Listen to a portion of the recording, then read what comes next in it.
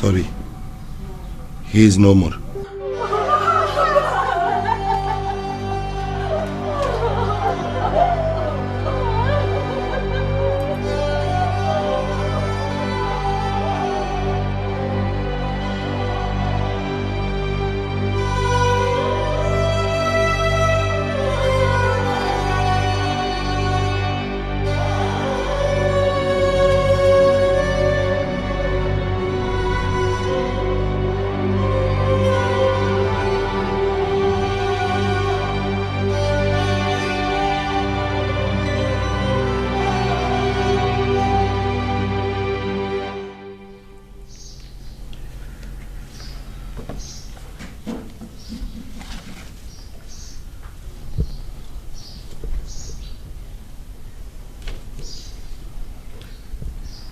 আপনারা সবাই সম্ভবত জানেন যে জামশেদ সাহেব মৃত্যুর আগে তিনি ওসিয়তনামা কিংবা উইল তৈরি করে গেছেন।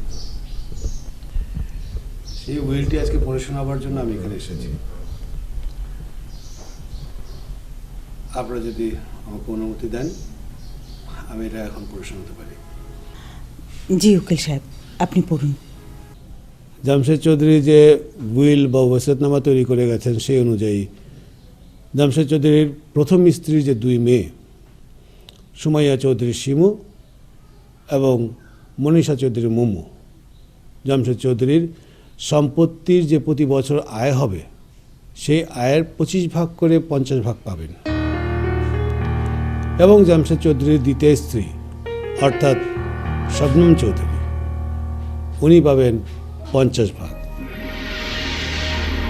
শবনম চৌধুরী ইচ্ছে করলে এই সম্পত্তির 20 ভাগ তার জীবদ্দশায় বিক্রি করতে পারবেন অথবা কাউকে দানও করতে পারবেন। বাকি 80 ভাগ সম্পত্তি শবনম চৌধুরীর অধীনে থাকলেও তিনি এটা বিক্রয় কিংবা দান করার অধিকার রাখেন না। শবনম চৌধুরীর মৃত্যুর পর জামশেদ সাহেবের প্রথম স্ত্রীর দুই কন্যা তারা সমানভাবে ভাগ পাবেন। তাদের নামে পুরো ভাগটাই সমানভাবে বণ্টিত হবে। জামশেদ চৌধুরীর দ্বিতীয় স্ত্রী এবং দুই কন্যা কখনো এই বাড়ি ছেড়ে চলে যেতে পারবেন না। কেউ যদি কাউকে জোর করে এই বাড়ি থেকে তাড়িয়ে দিতে বা চলে যেতে বাধ্য করেন তাহলে এই সম্পত্তির ভাগ থেকে তারা বঞ্চিত হবেন। আশা করি আপনারা আমার কথা বুঝতে পেরেছেন। ওয়াসিয়তনামায় আরও কিছু শর্ত এবং কিছু উপদেশ আছে, আপনারা সময় মতো সেটা একটু ভালো করে পড়ে দেবেন। সেই জন্য আপনাদের আমি 3টে উইলের ফটোকপি দিচ্ছি।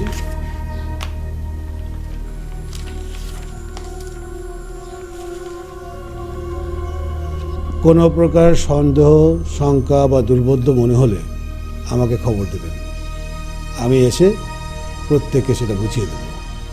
এখন কি কারোর এই বিষয়ে আর কিছু জানবার আছে?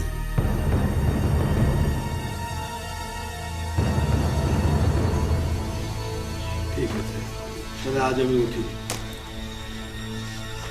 আমাকে যদি দরকার পড়ে আমাকে খবর দেবেন, আমি চলে আসবো।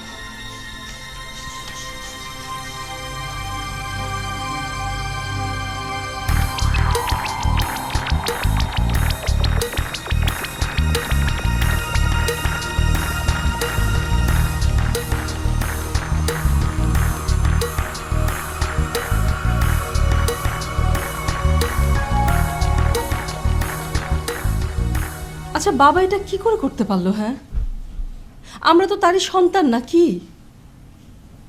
আমি তো ভাবতেই পারছি না যে বাবা। আমার কি মনে হয় জানো বাবু, বাবা আসলে আমাদের উপর অনেক রেগেছিল, বিশেষ করে তোমার উপর, আর সে কারণে হয়তো।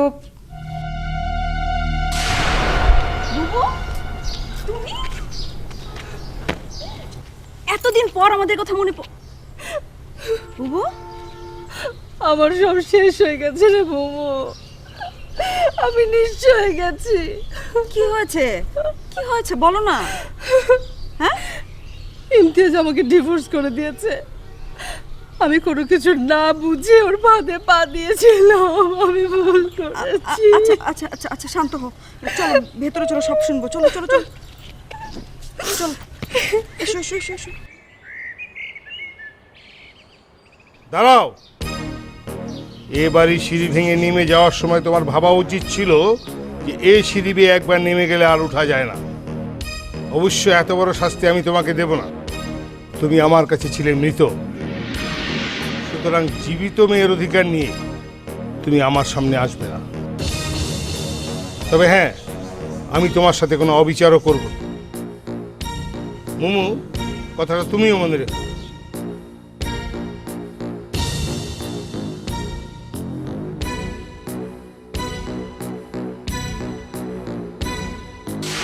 মানলাম আমার উপর বাবার অনেক রাগ ছিল। আমার জন্য চৌধুরী বাড়ির মান সম্মান নষ্ট হয়েছে, কিন্তু তুই তুই তো কিছু করিসনি।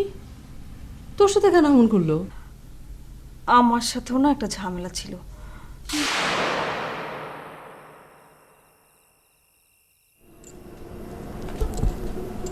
কি ব্যাপার মোমো, তুমি এখনো এই সন্ধ্যাবেলা ছাদে? সেই বিকেলবেলা এসেছো, লেখাপড়া করতে হবে না? তাছাড়া দেখো মোমো, তুমি বড় হয়েছো, এভাবে একা একা ছাদে থাকাটাও কিন্তু ঠিক না। আর যদি ঠান্ডা লেগে যায় তখন কিন্তু সবাই মিলে আমাকেই দোষ দেবে। শুনুন, আমি যথেষ্ট বড় হয়েছি। কিসে আমার ভালো আর কিসে আমার মন্দ সেটা আমি খুব ভালো করে জানি, ঠিক আছে? ভালো মন্দ কেমন বোঝো সেটা তো তোমার বড় বোনকে দেখে বুঝতে পারছি। কি বললেন আপনি? শুনুন, আমি কিন্তু শিমু না, আমি মুমু, মনীষা চৌধুরী মুমু, ঠিক আছে? আপনি খবরদার আমার ব্যাপারে আর কখনো নাক গলাবেন না, আর যদি গলান তাহলে... তুমি বোধহয় ভুলে যাচ্ছ মোমো, তুমি কার সঙ্গে কথা বলছো। আমি কিন্তু তোমার মা। মা না, সৎ মা। আমার মা অনেক আগে মারা গেছে। আপনি হচ্ছেন আমার বাবার দ্বিতীয় স্ত্রী, আর আপনি তো চাইলেও কোনোদিন মা হতে পারবেন না। সে যোগ্যতা কি আপনার আছে? থাকলে তো...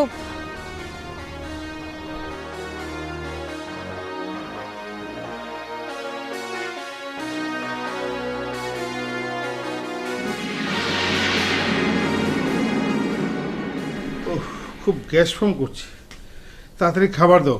আমি হাত মুখটা ধুয়ে আসি। হ্যাঁ,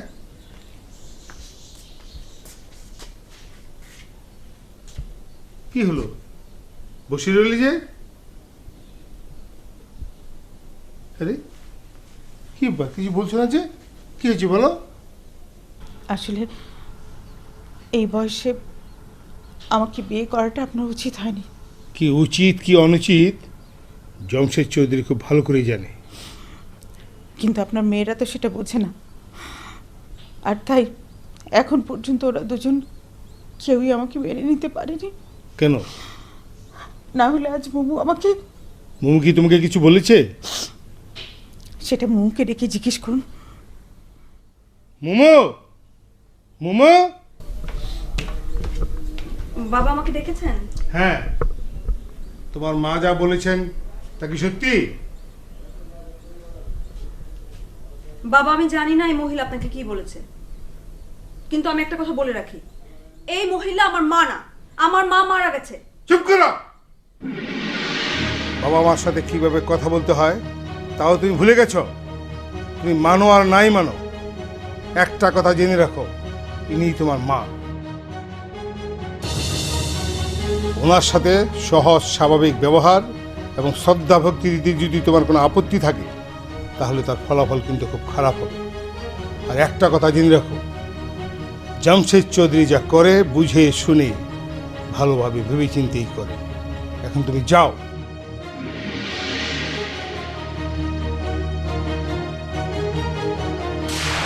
সব ওই মহিলার কারণে, সব কিছু ওই মহিলাই বাবাকে...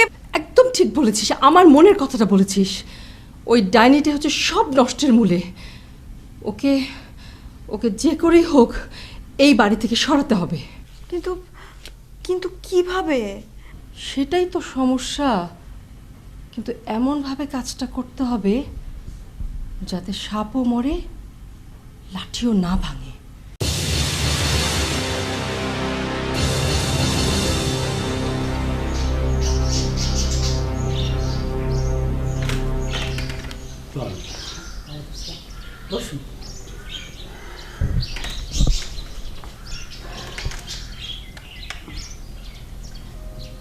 দেখুন উকিল সাহেব, আজকে আমি আপনাকে যে জন্য ডেকেছি আপনি তো জানেন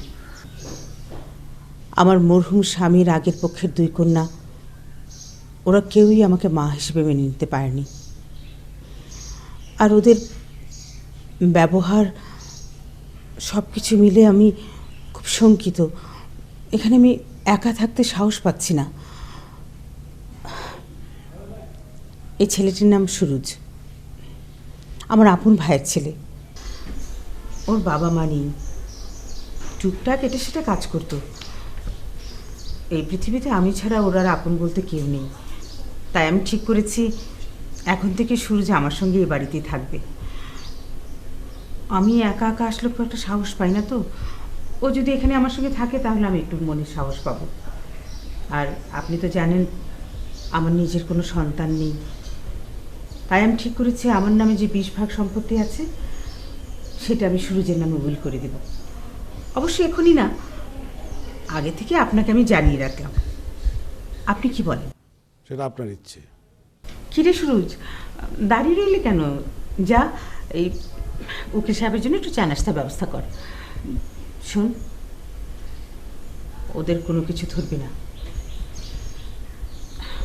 তুই নিজের হাতে চা বানাবি। জি আচ্ছা।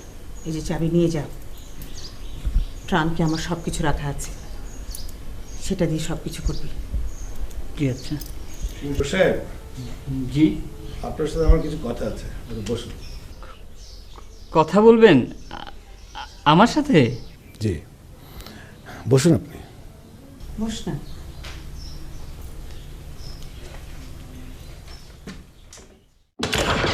তাহলে এই ব্যাপার, যে করেই হোক সম্পত্তি পেতে হলে সুরজ মিয়াকে আমাকে কবজা করতে হবে প্রয়োজনে। তবে ঘটনাটা বুবুকে আগে জানাতে হবে। কিন্তু বুবু আবার এই সময় কোথায় গেল? হ্যাঁ, তুমি কোথায়? আচ্ছা ঠিক আছে, আমি এক্ষুনি আসছি। হ্যাঁ হ্যাঁ, আমার আসতে জাস্ট 10 মিনিট লাগবে। ঠিক আছে, ওকে বাই।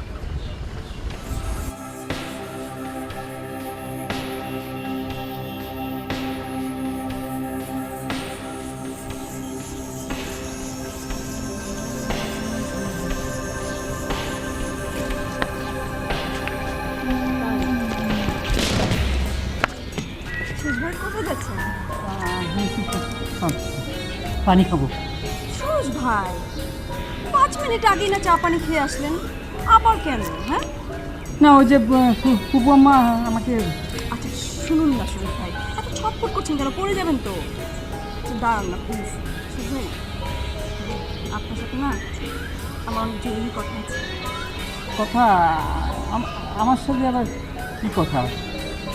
কেন আপনার সাথে আমার কথা থাকতে পারে না? না, ওই যে ফুপু আম্মা তো আমার। ফুপু আম্মা করতে করতে তো জীবনটা দিয়ে দিলেন। শোনেন, ফুপু আম্মাকে আমি দেখুন না সুরজ ভাই, দূরে না গেলে না আপন মানুষের অভাব বোঝা যায় না। আচ্ছা সুরজ ভাই, আপনার ওই 2 বছর আগের কথা মনে আছে? দেখো, চিঠিটা লেখা আমার ভুল হয়েছিল। আমি যে কেন ওসব কথা লিখতে গেলাম। আমি তো তোমাকে সরি বলেছি, তাই না? আমি আবারও তোমার কাছে ক্ষমা চাইছি, প্লিজ আমাকে। না না না না সুরজ ভাই, প্লিজ প্লিজ ওভাবে বলবেন না। আমি আসলে ভুল করেছিলাম। ওই যে বললাম না, দূরে না গেলে আপন মানুষের অভাব বোঝা যায় না।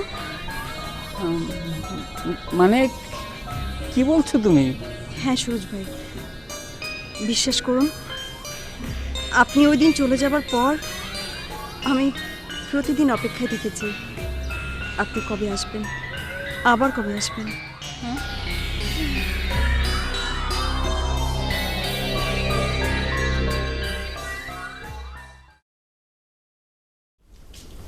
কি ব্যাপার আপনারা দুজনই একসাথে? উকিল সাহেবের মাধ্যমে চৌধুরী সাহেবের উইলের বিষয়টা আমি জানতে পেরেছি। চৌধুরী সাহেবের করা উইল এবং মিসেস শবনমের বর্তমান শারীরিক অবস্থা নিয়ে আমরা দুজনেই বেশ শঙ্কার মধ্যে আছি। শঙ্কা? কিসের শঙ্কা?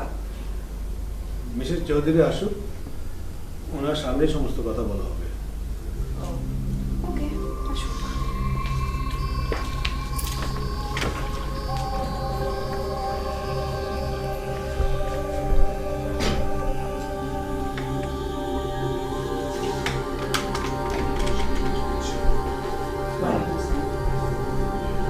বসুন।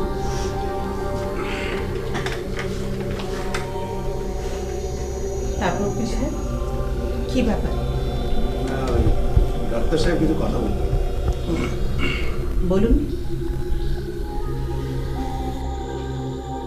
জামশেদ সাহেব মারা যাবার কয়েকদিন পর মিসেস শবনম আমার চেম্বারে এসেছিলেন। সম্ভবত উনি ওনার মায়ের বাড়ি থেকে ফিরছিলেন। ফেরার পথে সামান্য শারীরিক অসুস্থতার কারণে উনি আমার চেম্বারে এসেছিলেন। আমি কিছু পরীক্ষা টরীক্ষা করে ওনাকে ভালোই দেখতে পাই। মূলত স্বামীর মৃত্যুশোক আর ভ্রমণজনিত কারণে উনি কিছুটা দুর্বলতা বোধ করছিলেন। কিন্তু পরের দিন মিসেস শবনম আবার আমার চেম্বারে আসেন। সেদিন আমি ওনাকে কিছুটা অসুস্থ দেখতে পাই। সত্যি কথা বলতে কি, গত 10 বছরে ওনাকে এতটা অসুস্থ আমি কখনোই দেখিনি। আমি প্রথমে ভেবেছিলাম যে পেটের কোনো গোলমাল থেকে হয়তো এরকম প্রবলেম হতে পারে, কিন্তু মিসেস শবনম আমার সাথে সম্পূর্ণ ভিন্ন মত পোষণ করেন। উনি আমাকে বিষয়টা খোলাখুলি বলেন। আমার কাছে ওনার কথাটা বিশ্বাসযোগ্য মনে হয়নি। আমি ভাবলাম যে স্বামীর মৃত্যুতে মানসিকভাবে ভেঙে পড়ে হয়তো এই ধরনের আশঙ্কার সৃষ্টি হয়েছে ওনার মনে। উনি আমাকে বিশেষভাবে অনুরোধ করলেন পরীক্ষা নিরীক্ষা করার জন্য। আমি মনের মধ্যে দ্বিধা নিয়ে ওনার রক্ত পরীক্ষা করলাম। পরীক্ষা করে আমি বুঝতে পারলাম উনি যে আশঙ্কাটা করছিলেন সেটাই ঠিক।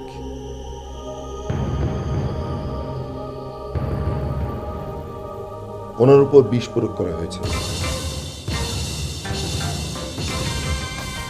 যদিও বিষের পরিমাণটা সামান্য ছিল বলে বড় কোনো অঘটন ঘটেনি, কিন্তু আমি 100% নিশ্চিত করে বলতে পারি ওনার উপর বিষ প্রয়োগ করা হয়েছে।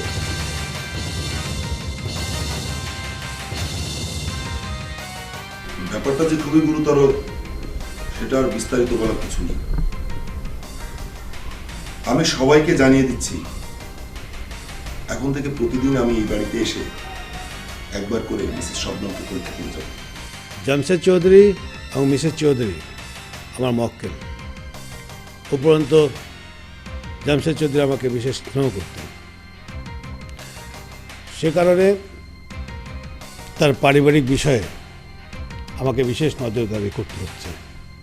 সম্পত্তির ভাগ বাটোয়ারা এবং মিসেস চৌধুরীর অসুস্থতার সূত্র ধরে আমি আপনাদের সবাইকে সাবধান করে একটা কথা বলে দিতে চাই। কেউ যদি সম্পত্তির লোভে মিসেস চৌধুরীকে খুন করার চেষ্টা করেন তাহলে অবশ্যই এই সম্পত্তির থেকে আপনি বঞ্চিত হবেন এবং খুনের মামলায় আপনাদের সাজা ভোগ করতে হবে। তাই আমার বিশেষ অনুরোধ, আপনারা এখন থেকে বুদ্ধি বিবেচনা করে কাজ করবেন, আর সেটা যদি না করেন আমি পুলিশ ডাকতে বাধ্য হব। আপনার কথা শুনে মনে হচ্ছে আমরা ওনাকে মেরে ফেলার চেষ্টা করছি। চেষ্টা করাটা তো অস্বাভাবিক কিছু নয়। ঠিক আছে, আপনি তাহলে পুলিশে খবর দিন, দেখি পুলিশ এসে কি করে। পুলিশে অবশ্য এখনই খবর দেয়া যায়, তাতে অবশ্য কোনো লাভ নেই, কারণ তোমরা দুটি বোন অত্যন্ত চতুর এবং চালাক। সবচেয়ে ভালো হতো তোমাদের এই দুই বোনকে যদি এই বাড়ি থেকে বের করে দেয়া যেত, কিন্তু আমার দুর্ভাগ্য তোমাদের মরহুম পিতার উইলে আমার সেরকম কোনো ক্ষমতা নেই। আমাকে পৃথিবী থেকে সরিয়ে দেবার জন্য তোমরা দুই বোন আপ্রাণ চেষ্টা করে যাচ্ছ, কিন্তু একটা কথা মনে রেখো, আমি কিন্তু এত সহজে মরছি না। আমার মা মারা গিয়েছিলেন 85 বছর বয়সে, আর আমার নানি 93 বছর বয়সে, আর আমার তো সবে মাত্র 45। আরো 35 বছর বেঁচে থাকার সম্ভাবনা তো আমার আছেই। কি বলেন উকিল সাহেব?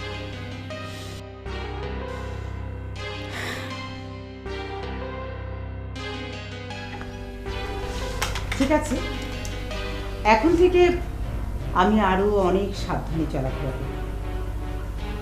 আর ডাক্তার শাকিল তো আছেন, তিনি আমাকে প্রতিদিন একবার করে দেখতে যাবেন। আমি তাকে আসি।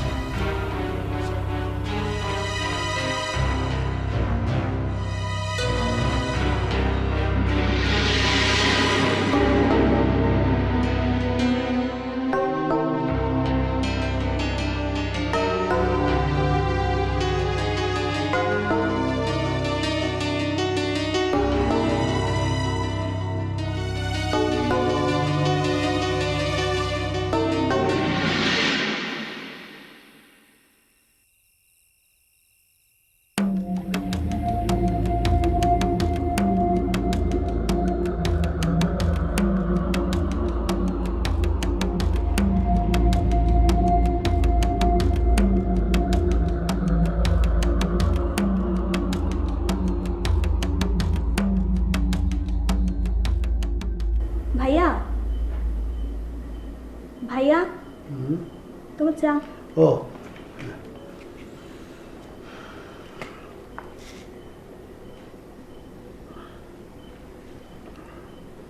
তোমাকে খুব চিন্তিত মনে হচ্ছে, কি ব্যাপার বলো তো? হ্যাঁ রে, বোধহয় একটা ঝামেলাই পড়ে যাচ্ছে। কিসের ঝামেলা? না, ঠিক আমার ঝামেলা না, আবার বলতে গেলে আমারও। তুইও তো জানিস, মানে জামশেদ চৌধুরী আমাদের জন্য কি না করেছেন। আমাদের সংসারটা উনি... কি সমস্যা হয়েছে আমাকে একটু খুলে বলো তো। ওই যে জামশেদ চৌধুরীর উইলের কথাটা তোকে একবার বলেছিলাম না, কাউকে যেন না বলিস। ও হ্যাঁ, মনে পড়েছে। জামশেদ চাচা তো মারা গেছে, সম্পত্তিও উইল করে গেছে, তাহলে আবার নতুন কি সমস্যা? হ্যাঁ, জামশেদ চৌধুরীর দ্বিতীয় স্ত্রী শবনম চৌধুরী, ওনার সাথে এবং ওনার দুই মেয়ের সাথে একটা ঝামেলা চলছে। এর মধ্যে বিশেষ শবনম দিন দিন অসুস্থ হয়ে পড়ছেন। ধারণা করা হচ্ছে কেউ কৌশলে তাকে বিষ প্রয়োগ করছে।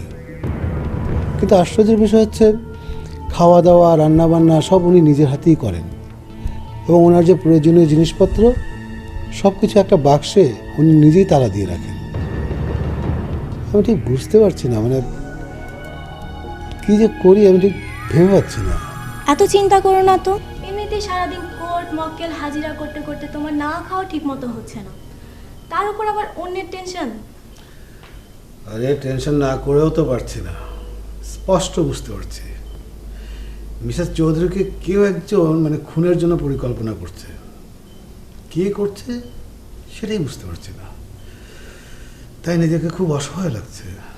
আচ্ছা, তুমি আমাকে একবার বলেছিলে না তোমার এক বন্ধু ছোট ভাই প্রাইভেট গোয়েন্দা হিসেবে কাজ করে, কি যেন নাম? রাহাত? হ্যাঁ, রাহাত ভাই তো। আরে খুব ভালো কথা মনে করেছিস, ওর কথা তো আমার মাথায় আসেনি। দাঁড়া, ওকে একটা ফোন দিই। ওটা তো এখানে ছিল। হ্যাঁ,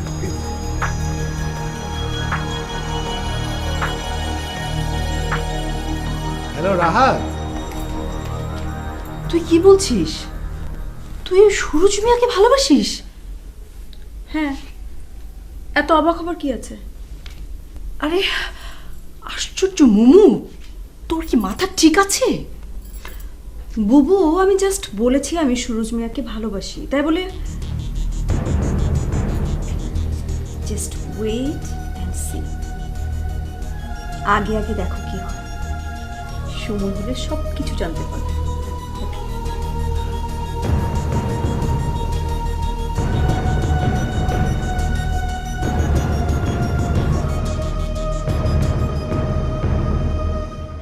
ফুপু আম্মা,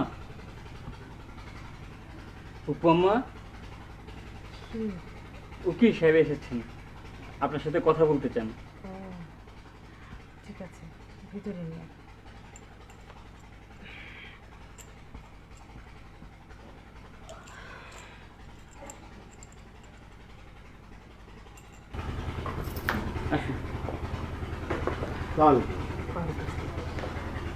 বসে। তারপর উকিল সাহেব, কি ব্যাপার, কি মনে করে?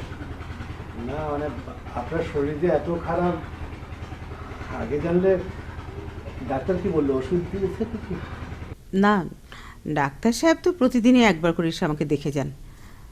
প্রেশার মাপেন, জ্বর মাপেন, প্রয়োজনে টুকটাক ওষুধও দেন।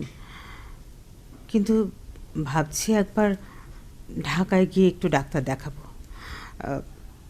এবার বলুন, কি ব্যাপার উকিল সাহেব?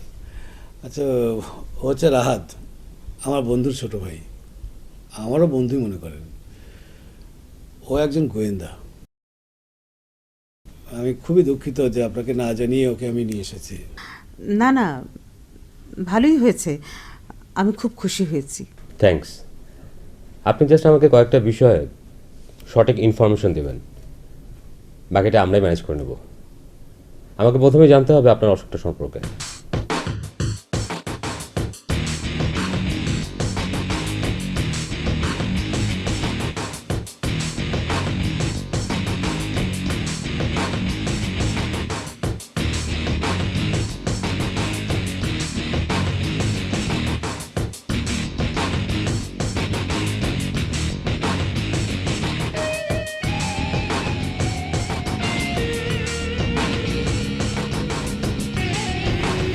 আপাতত আমার আর কিছু জানার নেই।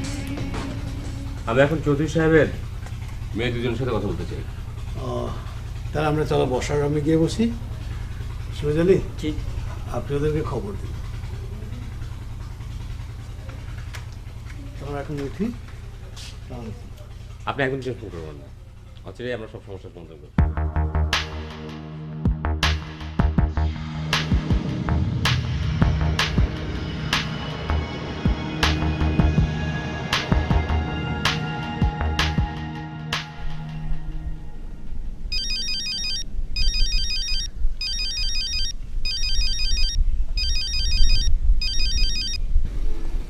হ্যাঁ বলো।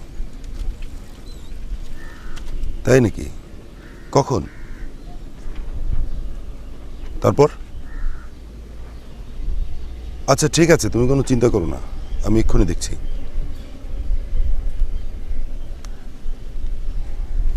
আচ্ছা মোমো, তোর কি মনে হচ্ছে রে, ওই উকিল বাটা আমাদের বিষয়ে এত ইন্টারেস্ট কেন দেখাচ্ছে? আচ্ছা বাবা, তুই উকিল মানুষ, তুই কোর্ট কাচারি মক্কেল এসব নিয়ে পড়ে থাক, তা না আমাদের ফ্যামিলির ব্যাপারে ওর এত নাক গলানোর কি আছে আমি তো বুঝতে পারছি না। সেটাই। আচ্ছা, ওই মহিলার সাথে আবার উকিলের কোনো সম্পর্ক? ইয়েস, হতে পারে। না হলে দেখলে না, বাড়িতে একদম গোয়েন্দা নিয়ে এসে উপস্থিত। এত বড় সাহস! আর ওই গোয়েন্দাটা বাপ্পারে বাবা, এত প্রশ্ন করতে পারে, কিছু একটা বললেই হলো একদম নারী নক্ষত্র সব কিছু বের করে নিয়ে আসবে। কেন, কি, কখন, কিভাবে, কারা। মনে হয় যেন উনি জন্ম থেকে ওই কখন নিয়ে বেঁচে আছেন। আচ্ছা, ওই মহিলা আবার কোনো নাটক টাটক করছে না তো? নাটক মানে? বুঝিস নি, মানে তো খুব সহজ, মানে হচ্ছে আমাদেরকে সারাক্ষণ একটা টেনশনে ফেলে রাখা, আর আমরা যাতে তার উপরে কোনো রকম উচ্চবাচ্য করতে না পারি সেই বিষয়টা ক্লিয়ার করা। ঠিক বলেছ তো, এই ব্যাপারটা তো আমার একদম মাথায় আসেনি।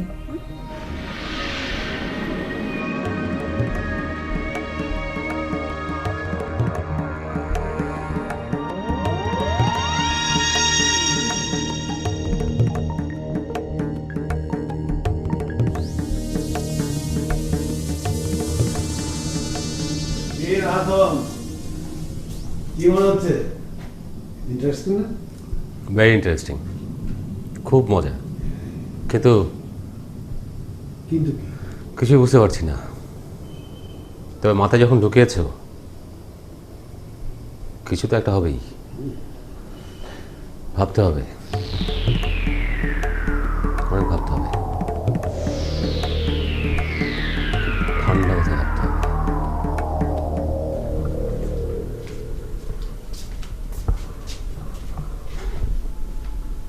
বম্মা, বম্মা, উঠুন, ওষুধটা খেয়ে নিন।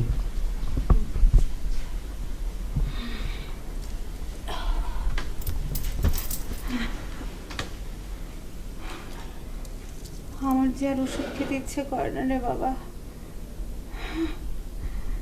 আমি জানি ওষুধ খেলে মানুষের রোগ ভালো হয়ে যায়, কিন্তু আমার মনে হয় এটা ওষুধ না, এটা বিষ।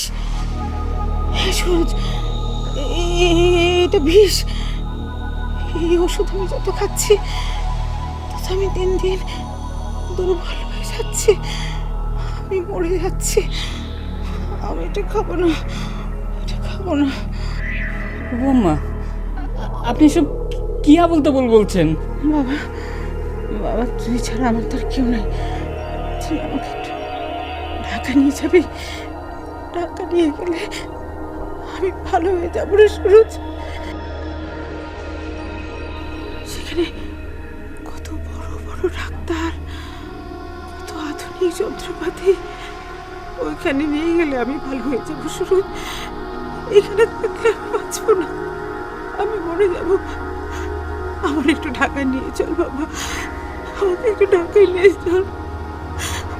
আমার তো তুই ছাড়া আর কেউ নাই রে সুরজ।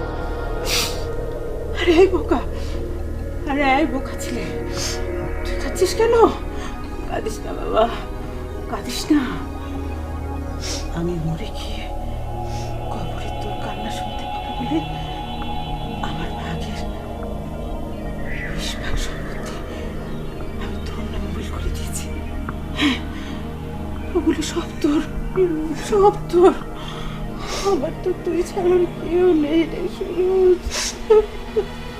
বম্মা, আপনি ওষুধটা খেয়ে নিন, আমি কালকে আপনার ঢাকা যাওয়ার ব্যবস্থা করছি। সত্যি নিবি তো?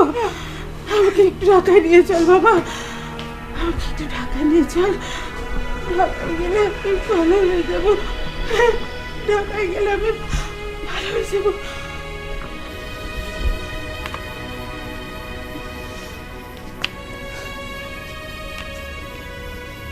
কি হয়েছে? মন খারাপ? বম্মার শরীরটা দিনের পর দিন, আজকে তো বম্মা। কেন? ডাক্তার তো আসছে, প্রতিদিন দেখছো নিশ্চয়ই। ওনার তো একটাই কাজ, প্রেশার মাপা, জ্বর না থাকলেও জ্বর মাপা, নাস্তা করা। আমি পুবাম্মাকে কালকে ঢাকা নিয়ে যাবো। পুবাম্মার তো আমি ছাড়া আর কেউ নেই, কেউ নেই। আমি কালকে ওনাকে ঢাকা নিয়ে যাবো।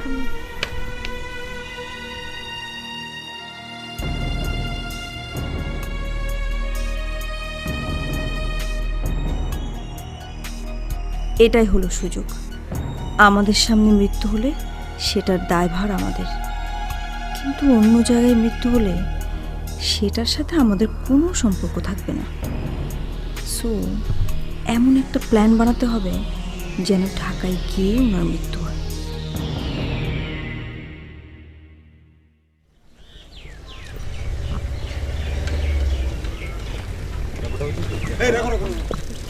আরে আপনারা কোথায় যাচ্ছেন?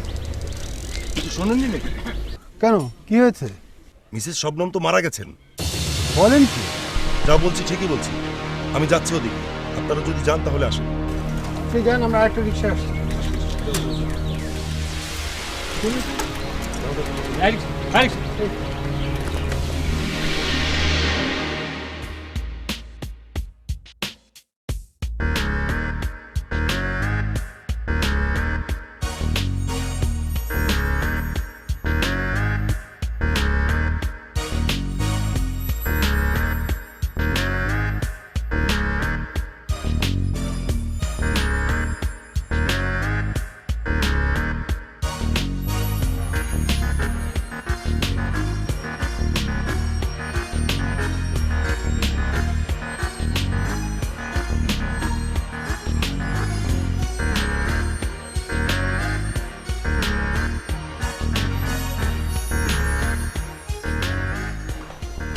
কি ব্যাপার, তোমাকে চা দেয়নি? চম্পা, এখানে একটু চা দিও তো।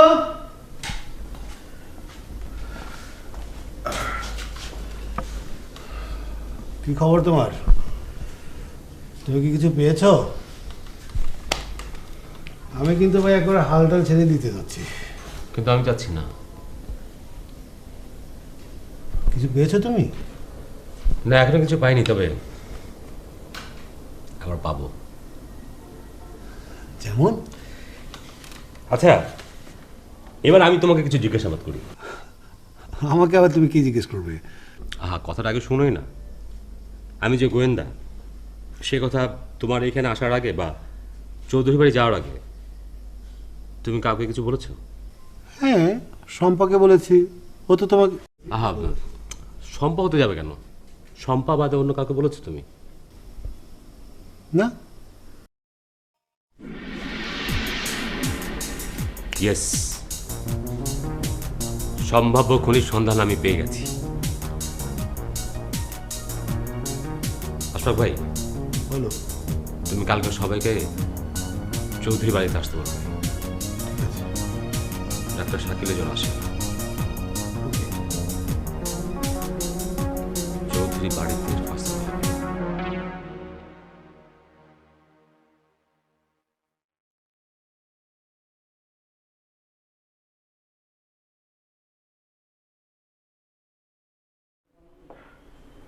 আমি এখন নিশ্চিত মিসেস চৌধুরীকে বিষ প্রয়োগে হত্যা করা হয়েছে। ডাক্তার শাকিব প্রথমে নিশ্চিতভাবে বলল, পরে এটাকে আর তেমন গুরুত্ব দেননি।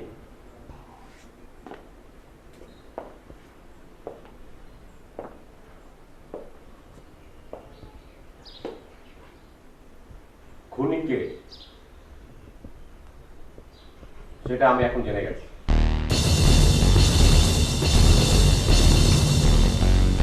কিন্তু তার আগে আপনাদেরকে আমি কিছু কথা স্মরণ করে দিতে চাই। ডক্টর শাকিল, যে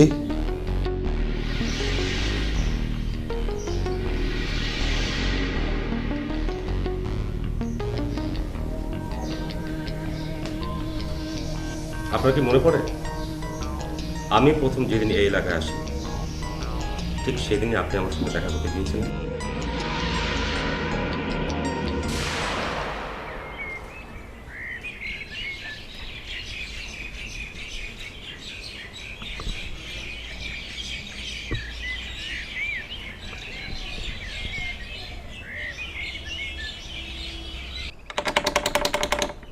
আসছি।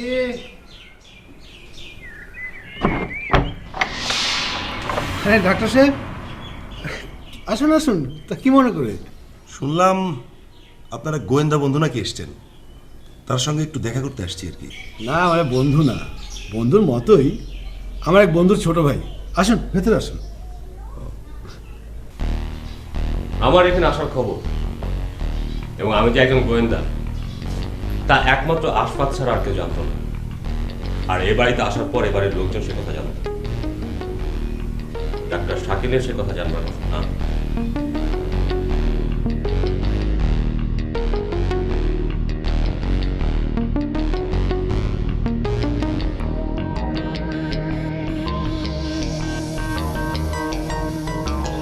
তাহলে ডাক্তার শাকিল কিভাবে জানলেন আমি গোয়েন্দা? তার মানে এই বাড়ির কেউ তাকে খবরটা দিয়েছে। এবার আপনারাই বলুন, কে তাকে এই খবরটা দিয়েছেন?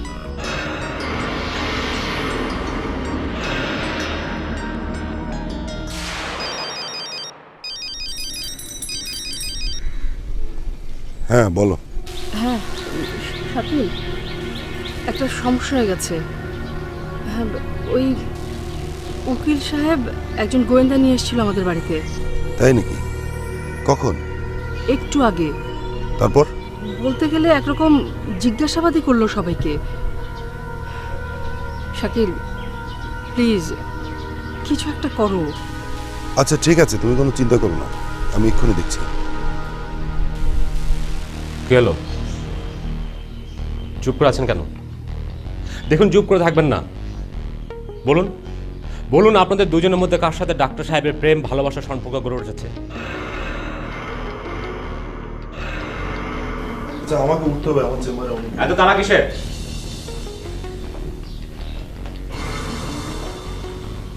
মিস্টার শাকিল, বসুন বসুন। আর মাত্র 10 মিনিট, আমার কাজ প্রায় শেষ হয়ে এসেছে।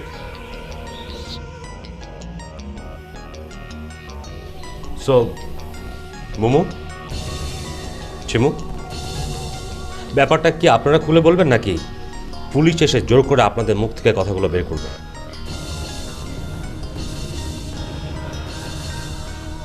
ও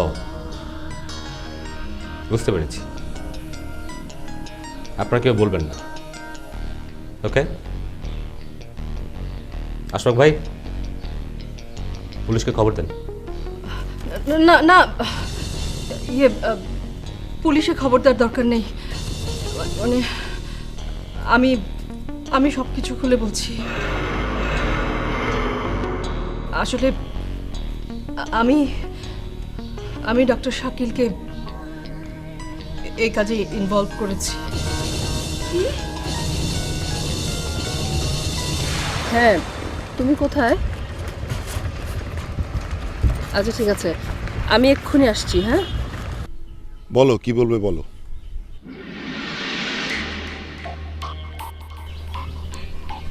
শাকিল, তুমি আমাকে মাফ করে দাও প্লিজ। আমি ভুল করেছিলাম, আমি এর প্রায়শ্চিত্ত করতে চাই। তুমি যদি চাও তাহলে আমরা আবার নতুন করে শুরু করতে পারি।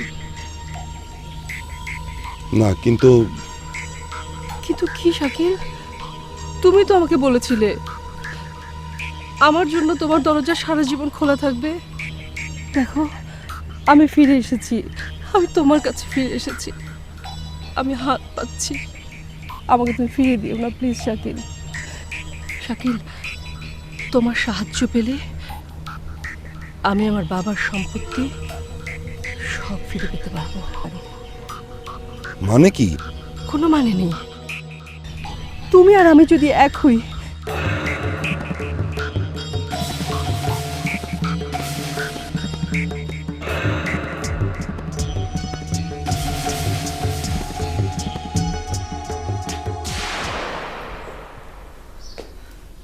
আপনি এগিয়ে এলেন মিস্টার শাকিল। প্রতিদিন জ্বর মাপার নাম করে থার্মোমিটারে একটু একটু করে গন্ধ স্বাধীন বিষ আপনি মিশিয়ে দিলেন, তাই না?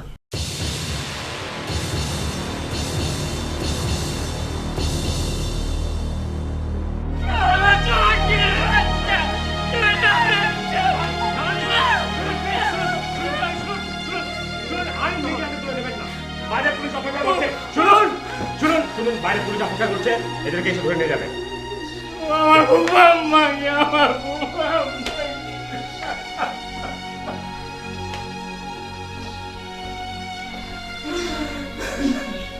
এরপর কি হবে সেটা আইন নিজেই জানে।